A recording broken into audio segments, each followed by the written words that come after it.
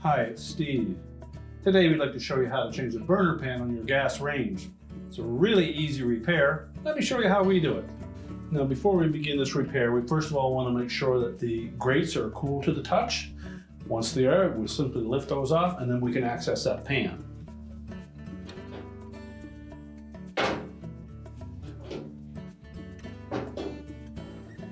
And now we're ready to lift that pan out.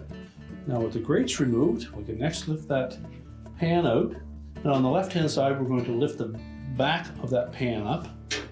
Just tilt it up and then pull it out from the front. You'll note that there's a metal tab on the end of that pan that fits into an opening here to contact a switch. And that's to prevent the surface burners from being turned on unless we have the pan in place. Now we'll discard the old pan, and while we have that out, it's a good opportunity to clean up any area in here. Now before we install the new pan, make sure that that prong or tab is parallel with the surface of the pan itself. And then carefully insert it into that opening, tilting the back up, lower it down into place. We can then put our grates back in position.